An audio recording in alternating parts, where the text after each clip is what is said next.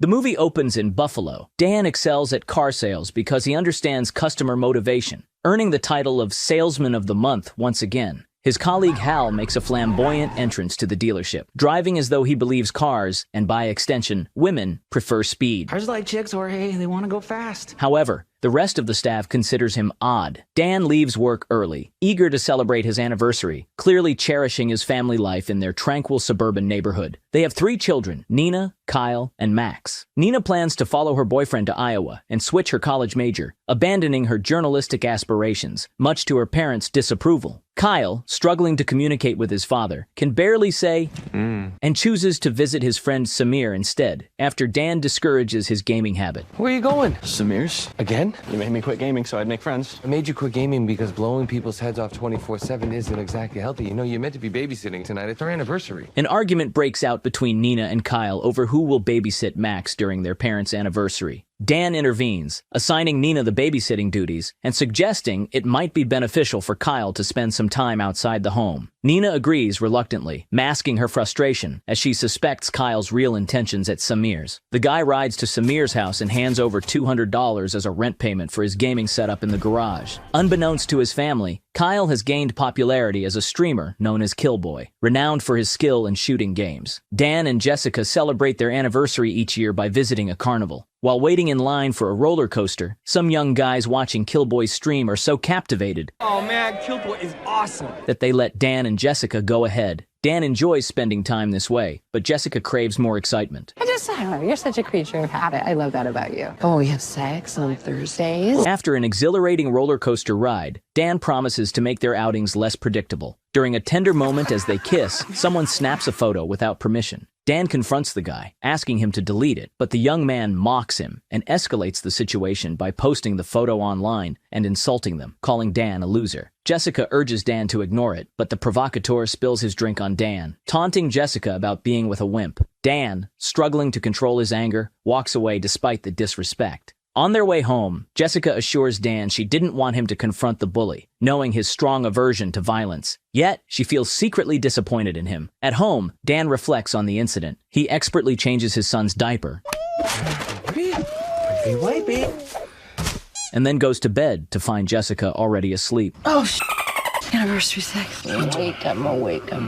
He mutters that he should have kicked that guy's ass, which makes Jessica laugh. Totally could have taken him, honey. Seeing her husband's disappointment, she apologizes for her reaction. The next day, Jessica vents her frustrations at a kickboxing class, where she strikes up a conversation with a woman named Gwen. While punching the heavy bag, she confides her troubles about their teenage daughter. Gwen reveals she is visiting Buffalo to see her ex. An accidental punch from Jessica lands squarely on Gwen's face, leading to an unexpected bond over smoothies. Jessica opens up about feeling trapped and frustrated with Dan's contentment with their mundane life. She reminisces about her earlier desires to travel and see the world. My husband, he's just so content being here. In Buffalo? Gwen, who turns out to be a travel agent, has to catch a flight, but leaves her business card with Jessica, offering a potential escape. While shopping with Max, Dan notices a suspicious man watching him, reacting swiftly when the man lunges at him.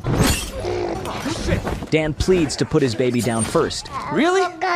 So, at least let me put my kid down. But the thug is unyielding. Even with Max in tow, Dan deftly neutralizes the assailant, surprising the onlookers. Driving home, Dan navigates the streets like another famous TV family man, drawing curious glances from his neighbors, who sense a change in him. At home, Dan uncovers a secret compartment filled with guns, outdated passports, and stacks of cash. Alarmed, he contacts Augie, a former associate, to arrange new identities for his family, revealing they are in danger. Augie informs Dan that his old boss McCaffrey has been scouring the earth for him. Fearing the photo posted online may have compromised his location, Dan offers $500,000 for new IDs and sets a meeting in Las Vegas in 3 days. Meet me in Vegas in 3 days. Vegas?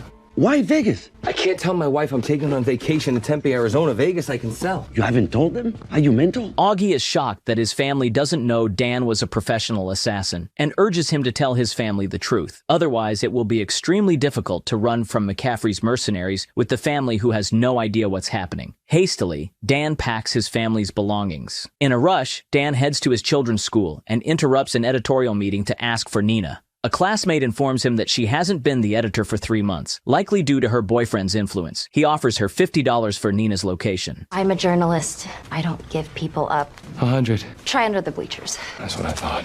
He finds Nina beneath the bleachers. Your dad's hot. Okay, Kelly, that's gross. Disappointed, he expresses his frustration over her abandoning her dreams of journalism. How could you do that? You work so hard to become editor. You don't even read my stuff. Of course I do. I always do. Yeah, bullshit. However, there's no time to dwell. They must pick up her brother from the chess club, where Dan is further dismayed to learn Kyle has also quit. They drive to Samir's house, where Dan discovers Kyle has been paying to stream in the garage. Dan informs his children that they are heading to Las Vegas and instructs them to show nothing but excitement about the trip to Jessica, or he'll reveal they've been lying all the time. At Jessica's workplace, Dan persuades her to embark on the spontaneous trip she's been craving. Confused about the sudden urgency, Jessica is initially hesitant, but Dan's insistence and salesmanship win her over. Who are you? I don't even recognize you. Oh, you're gonna love him. He's crazy and bad. Oh. Ooh, are you sure it's not Tuesday? Impressed by this new side of Dan, she agrees excitedly. As they prepare to leave, Dan spots a black SUV parking outside the hospital and urges Jessica to leave immediately. As they exit the parking lot, McCaffrey's men appear. As the bus passes through,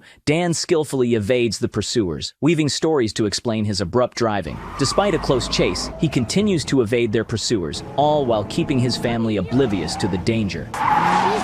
Sorry about that. There, Leadfoot. Like a squirrel or something jumped out in front of me. Realizing there's a tracker in his car, Dan quickly drives into his workplace, narrowly closing the gates on the pursuers. In a hurried attempt to disguise their actions, he lifts the car with his family still inside, claiming he needs to change the oil and check the coolant. Can we not be in the car for it? While under the car, he locates the tracker and manages to remove it just as the pursuers pass by, missing them entirely. Spotting Hal about to test drive a new car, Dan encourages him to push the speed and stealthily attaches the tracker to Hal's vehicle. Get her on the freeway. You open her up and you get a ticket, it's on me.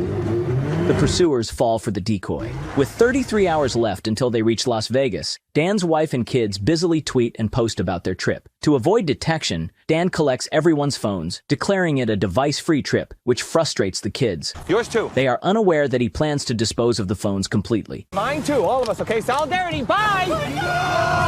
No way you just did that. Oh my God, What? Dad. I just freed our family from the shackles of technology just like that. You've lost your mind. Now, without phones, they rely on old-fashioned navigation. At the travel agency, the clerk is amused when he hears they don't have phones and pulls out dusty old maps. I'm gonna need a credit card. Dan hands him a stack of cash, asking him to book a room in a Las Vegas hotel. For the first time in a long while, the family genuinely bonds. Singing Vanilla Ice's Ice Ice Baby on the road, the parents and eventually the kids join in, What is Ice Ice Baby? creating a memorable family moment. Meanwhile, McCaffrey personally visits Dan's house. His tech guy discovers Kyle's identity as the popular streamer Killboy. McCaffrey orders all his men to locate and intercept the van. Be tough for him to switch cars without tipping off the family. What makes you think they don't know? They're still with him. During the stop, Nina shares her critical view of Kyle's gaming career, echoing her boyfriend's sentiments. Oh, good. Trevor's here. Do you even remember what your own personality's like? No. Kyle says he misses the old Nina with her own personality, who used to be cool. While they talk, a girl recognizes Kyle and asks for a photo with him. In a bathroom along the way, Dan rehearses his confession to Jessica about his past life as an assassin, unsure how to break the news. Afterward, he goes to pay for the rooms. On his way out, Dan notices Kyle talking to that girl, which impresses the father. He asks Nina why the girl took a selfie with Kyle and why she calls him Killboy. Hey, what was all this about? Upon learning that his son is a popular gamer and the girl is going to post those pictures online, he tells the family that all the rooms are booked and they have to keep going. McCaffrey enlists a local motorcycle gang to track Dan. As they close in on a bridge, Dan notices 3 bikers. His family, lulled into sleep by calming music he plays through their headphones, remains unaware as he prepares his silenced gun. He tries to shake off the pursuers, while his family bobbles their heads like bobblehead dog figures on a dashboard. His mirror is shot, but he manages to get rid of one, barely avoiding a crash. Only Max is awake, enjoying the activity. He even helps his father by handing him his milk as a weapon. Dan bumps the 3rd one, sending him flying. What was that? There's a little bit of a pothole there. Actually, you see that? I was flying. After driving all night, Dan finally closes his eyes, but his family is awake, half a mile away from the college Nina wants to attend. She argues her way into visiting it. Jessica isn't keen on going to the college just to see Nina's boyfriend. We are not going to stop and see Trevor. Actually, meant that I wanted to see campus. Oh, But whatever. right, because you're really interested in seeing the facilities. Yeah, actually, I am. Are you serious? Eventually, they visit the college, and the place is gorgeous, bustling with festivities. Dan tells Jessica that if they want Nina to listen to them, they should start listening to her first. So Jessica decides to show Nina what college life is really about. Mistaking her for a student from behind, one student offers Jessica a beer from a keg. Hey, sexy, you want me to show you how to do a keg stand? Oh, ew. Sorry, I didn't realize you were a mom. She recalls her athletic college days and decides to show off her keg stand skills, Bear me! impressing even Nina. Don't you ever try anything like that. That was awesome, actually. Beer me? The main reason Nina wanted to visit the campus was because her boyfriend, Trevor, attends this college. Kyle tells Nina. You guys don't get Trevor. We get Trevor. We don't like Trevor. Why? Ever since you've been dating him, you've been like a completely different person. Plus, he treats you like shit. You deserve more. During a campus tour, Dan admits that he's impressed by her performance. She excitedly wonders what her life would be like if she hadn't abandoned her sports career. Especially that cake stand when it was so freaking hot. Yeah? Did you ever have sex on a pole vault, Matt? Don't answer that. Oh my. She also admits she likes his spontaneous behavior over the past few days. Dan spots a suspicious German man on his phone and thinks he might be an operative for McCaffrey. He starts a conversation with the man, asking about his job. Jessica notices their strange conversation. Dan begins to speak German with the man so that his wife can't understand their dialogue. Wenn du reden willst, was in dem Kopf ist, bleibt es zwischen uns. Don't worry, honey, we'll catch up, okay? All right, honey. When she leaves, the man shows what's inside his briefcase. What the hell is that? Korn. I thought I made this clear. So you're just German? Yeah, genau. However, Dan realizes his mistake when he is unexpectedly attacked by a different individual. They start to fight in the chemistry lab, while his family attends a tour just behind the wall. After a short scuffle, Dan incapacitates the assailant and rejoins his family shortly after to keep moving. But Nina has gone to see Trevor. Nina discovers Trevor cheating on her. You're cheating on me. Monogamy is just a construct of our Western repressive civilization. I thought we were on the same page on that. And returns in tears. Dan attempts to comfort her with his stories, but realizes she doesn't need another dad lecture. Instead, he teaches her a martial arts move to inflict severe pain without lasting damage. It's a 13th century martial art. How do you even know about that? Well, maybe it's more your old man than you thought. Nina uses this move on Trevor,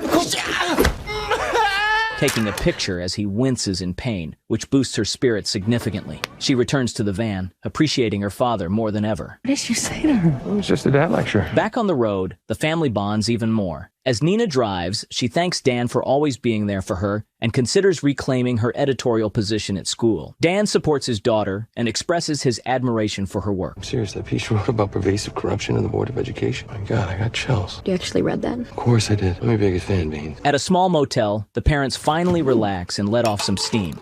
Wait, it's not Thursday. Jessica is enamored with the spontaneous side of Dan, feeling a difference in him. She suspects he was always like this before they met, and that he changed because of her. Dan reassures her that he changed because he didn't like who he was back then. The next morning, Dan calls up Augie, who is on his way to deliver the new identities to Dan and his family. The only problem is that he hasn't told them yet. You know, they might think that something's up when they have to change their name and leave the country. What are you waiting for? And Augie is freaked out upon learning that. He then sneakily returns the phone he stole and tries to prepare himself for the conversation. Kyle joins him, and they finally talk about him being a streamer. It's something he's good at, like pro-level good. He tries to explain to Dan how important it is to him. I know you think it's all just a waste of time, but it takes brains and reflexes. The Air Force recruits gamers. Yeah, maybe that's what I'm afraid of. He wants to prove it over a game of laser tag with Dan. Kyle proposes a bet. If he wins, he gets to start gaming again. If he loses, they will play ball in the backyard for 6 months. They agree on the first to 3 tags wins. This should be a breeze for Dan, being an ex-assassin and all. He gets the first and second tags. How are you doing this? Then Kyle retaliates with 2 of his own, mimicking Dan's tactics. At least I don't need a DNA test. Eventually, Dan gets the last one. Kyle feels conned, but the two grow closer. On their way to Vegas, they really become closer, enjoying the trip. Upon finally arriving in Las Vegas, they stay in one of the top suites in the city. Before settling in, Dan heads downstairs to meet Augie, I gotta run downstairs for a sec. Don't let them raid the minibar, okay? That is not mini. who hands him their new identities and tickets for a one-way flight to Vancouver for a hefty price. Dan prepares himself as he plans to tell Jessica the truth over a romantic dinner while the kids babysit Max. Dan instructs them not to leave the suite under any circumstances. There's food in the supersized minibar. You do not open that door for anyone. You got it? All right, have fun. Be good. Not that he expects them to listen. Screw that, right? Oh, yeah. McCaffrey's men are already aware of Dan's location. Being a popular gamer, Kyle suggests visiting the HyperX gaming arena. Nina doesn't want to go to a place full of Kyles, but she has no other options. I think it's just down here. You're gonna love it. I already hate it. In the arena, he meets another popular gamer, Ran. Ran admits he has seen Kyle's streams and offers him a chance to meet Valkyrae and others. Ran gets to know Nina better and decides not to participate in the tournament. So is this your... Oh God. No, I found him. Just over there. Valkyrae asks Kyle to take his place and join her team for the Counter-Strike finals. However, McCaffrey's people are also on their tail. As Nina gets comfortable with Ran, he admits that Valkyrae's team stands no chance. But when all her teammates are eliminated, Kyle single-handedly decimates the enemy team. Yes! Yes! Dan tries to tell Jessica the truth in a French restaurant, but is interrupted constantly. He starts reprimanding the waiter in French for the interruptions. What I was saying was... Voulez-vous de poivre? Je ne veux pas de poivre. Je veux être seul avec mes femmes. Oh, I don't actually speak French. They just teach us enough to sound fancy. Putain. Jessica is astonished that her husband knows 2 foreign languages, something she was unaware of before. Lacking the courage to reveal the truth about his past life, he begins to explain it in French. Not understanding the meaning, Jessica finds his speech very melodic and sexy. He decides to postpone his confession a bit longer and go gambling with Jess. After a while, he decides to check up on the kids, but his call goes unanswered, so they head back upstairs. At the suite, Jessica is momentarily deceived by dummies set up to look like the kids sleeping, setting Dan's mind at ease. Jessica goes to freshen up while an ominous silhouette appears in the background. She sets up a romantic atmosphere with music and love mist. Love mist. Jess! Thanks to the mist, Dan notices laser sights and dodges the bullets. He grabs a bottle of Flecha Azul tequila, where Mark Wahlberg is the biggest investor. Flecha Azul, fool, I told you! Throws the bottle. Flecha Azul, fool, I told you! And shoots it, setting the assailants on fire and neutralizing them. However, Jessica is taken hostage. Dan puts down his gun, but subtly grabs a knife. When the assailant calls Dan by the name Sean, the grim reality hits Jessica. The assailant starts talking about his plans. And then I'm gonna have my associate at HyperX kill your kids. Dan neutralizes him as well, but the shock causes Jessica to vomit. Oh, that's normal, honey. Everybody barfs the first time. She then runs to the kids but finds the dummies. Remembering the assailant's mention of HyperX, she knows where to find them. Shut up! I don't want to hear it. I don't even want to look at you. I just want to find my kids. They don't have their goddamn phones because you threw them away! At the gaming arena, just as Kyle ends his game with 30 kills, Dan and Jessica arrive and pick them up. Dan finally reveals the truth. Because my former coworkers are trying to kill us. From Planet Car Deals? I'm not kidding around. Ask Max. Before I met your mom, I was a covert assassin. I escaped that life, and now they found us. That you are like the biggest wimp on the planet. However, the kids don't believe it until they are shot at. Taking cover behind a car, Dan neutralizes the mercenary. Now it's Kyle's turn to vomit. Oh, it's okay, honey. Everyone barfs the first time. In the aftermath, as they take cover, Dan discloses the full extent of his past, including his role as one of McCaffrey's mercenaries responsible for 43 deaths. Kyle calls Dan a hypocrite because he banned him from gaming due to fake violence, yet he's an assassin. They now understand why Dan never wanted to leave the city and is so against social media. He hands them their new identities. Nina is now Molly Anderson. Molly Anderson? At least you got a real name. I'm Van. I'm a vehicle. After 18 years of lies, the family refuses to accept him. Jessica decides to leave him and will take responsibility for the kids. There's a stranger named Sean. Archibald Anderson. Oh, damn it, Augie. She calls Gwen, asking for help, while Dan is left to guard outside until the very morning. Despite Dan trying to explain that it's not safe and McCaffrey will come after them, Jessica just tells him to make it safe and stay away from them. When Jessica arrives, she is amazed to see Gwen waiting for her in a private jet. What are you doing here? I wasn't expecting all this. I was on a layover nearby and I thought, I'll just come get you myself. On the jet, Gwen tells Jessica about her ex in Buffalo. They were together for years, and he left her to marry another woman. Are you mad her? I had to. He created this whole life with this woman. I needed to see what she had that I didn't. What did you do? I did what I do best. I got in close. I won her trust, and then I just waited patiently for her to walk into my trap. Jessica realizes she's talking about her. She tries to flee, but McCaffrey is already there. McCaffrey gives Dan a call, showing that his family is in captivity. He arranges a meeting in an abandoned hotel. McCaffrey's henchmen are all over the place. Hello, old friend. He brought you in for this, huh, Spiros? He brought everybody. Dan is flattered. Arriving at the penthouse, McCaffrey asks for a sarcastic hug. It turns out he's Dan's father. I'm sorry, what? I'm your grandfather, Kyle. Oh my God, we're British. McCaffrey wanted Dan dead because he abandoned him, but for the past few days, Dan has wasted every man McCaffrey sent after him, so he felt pride in his son. And now, McCaffrey wants him back. If Dan comes back to work for him, he will let his family go, but on one condition: he'll never see his family again. But no contact. Can't have you going soft on me again. And if he refuses, his family dies. With no other option, Dan agrees to do it. McCaffrey orders his henchmen to escort the family to the airport. Suddenly, the kids' morals kick in. They want Jessica to protect Dan. Kyle childishly pushes elevator buttons. While the kids try to persuade their mother that they can't abandon Dan, Jessica starts changing Max's diaper and stuffs it in the bad guy's face, throwing him off to his death. They will go get their dad back. While McCaffrey goes to make some arrangements, Gwen uses her feminine wiles to seduce Dan back into loving her, ignoring the tech guy. She's aware of Dan's tactics. The family is there to rescue him. As he puts Gwen to sleep, the tech guy is taken captive. Dan apologizes for keeping secrets from Jessica and promises to always tell her the truth. When was I going to tell you? On our first date? Our second? When you were pregnant with Nina, or by our fourth? What?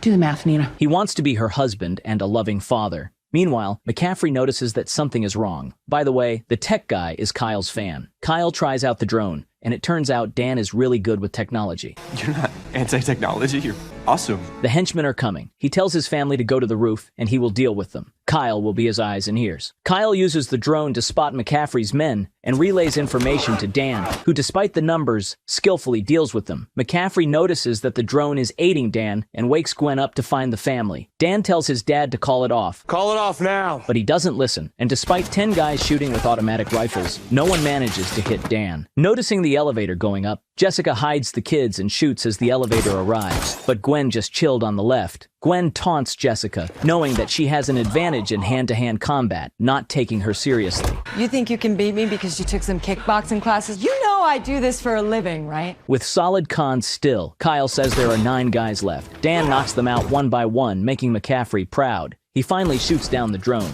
Meanwhile, in the prolonged catfight, Gwen comes out victorious, burying Jessica under a pile of rubble. McCaffrey knocks Dan down and has a clear shot at him, but he has to yap about how family has made him weak. Meanwhile, Gwen corners the kids, and that gives Jessica the strength to lift up the debris, but she is still thrown around like a sack of potatoes. Dan manages to remove the bullets from McCaffrey's gun, so they resort to hand-to-hand combat. Being an ex-decathlete, Jessica picks up a bamboo stick and attempts an athletic jump, but fails miserably. Gwen thinks it's funny when Jessica tries again, but this time, Jessica throws it like a spear. There's 9 other events, bitch!